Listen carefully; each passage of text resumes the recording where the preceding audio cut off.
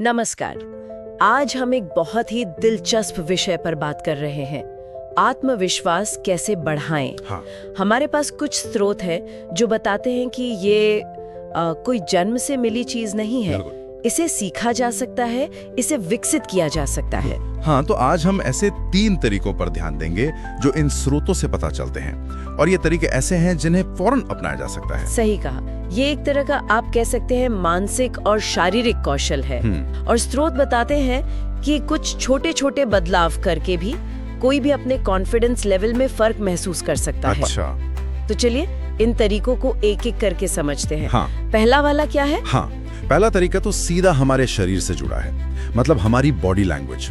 स्रोत बताते हैं कि हम कैसे खड़े होते हैं, कैसे बैठते हैं, इसका सीधा असर हमारे दिमाग पर पड़ता है। जैसे अगर कोई झुककर बैठता है, कंधे झुके हुए, नजरें नीचे, तो कहते हैं कि इससे स्ट्रेस हार्मोन, वो कॉर्टिजोल, हाँ, कॉर्टिजोल बढ़ सकता है। बिल्कुल सही। तो इसके उलट क्या करें? इसके उलट स्रोतों में एक पावर पोज का जिक्र है। Power pose?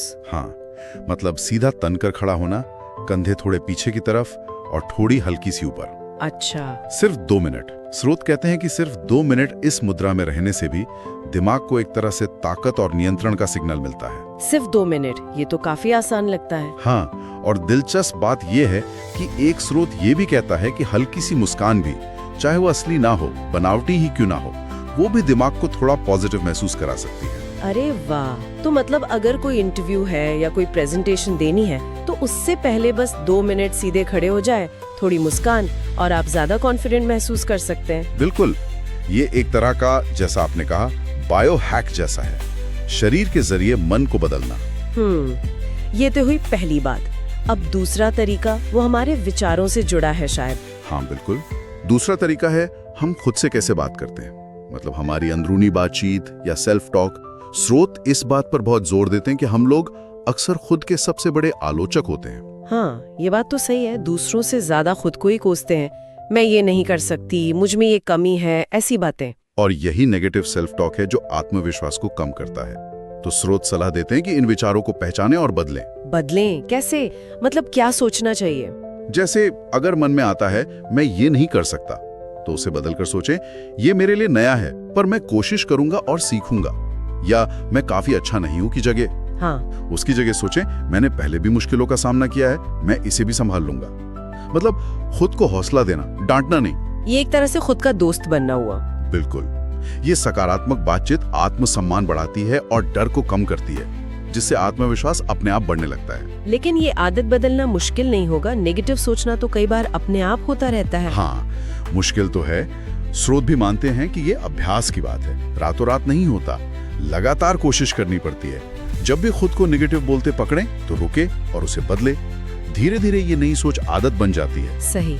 चलिए अब तीसरे तरीके पर आते हैं, ये थोड़ा एक्शन वाला लगता है, रोज एक साहसी काम करना। हाँ, तीसरा तरीका यही है, रोजाना डर के बावजूद कोई एक छोटा सा कदम उठाना।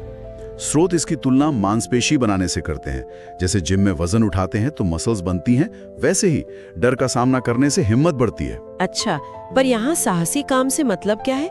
कोई पहाड़ चढ़ना है क्या? नहीं नहीं, बिल्कुल नहीं। यहाँ बड़े कामों की बात नहीं हो रही।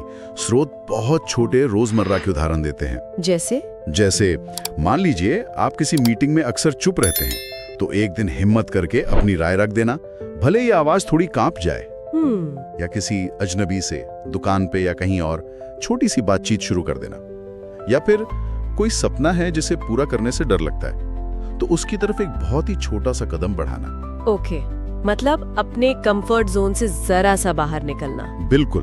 और यहाँ एक बहुत जरूरी बात जो श्रोता बार बार कहते हैं, आत्मविश्वास महसूस होने का इंतजार मत करो। इंतजार मत करो। हाँ, ये मत सोचो कि जब कॉन्फिडेंस आएगा तब करूंगा, बल्कि आत्मविश्वास से काम करो।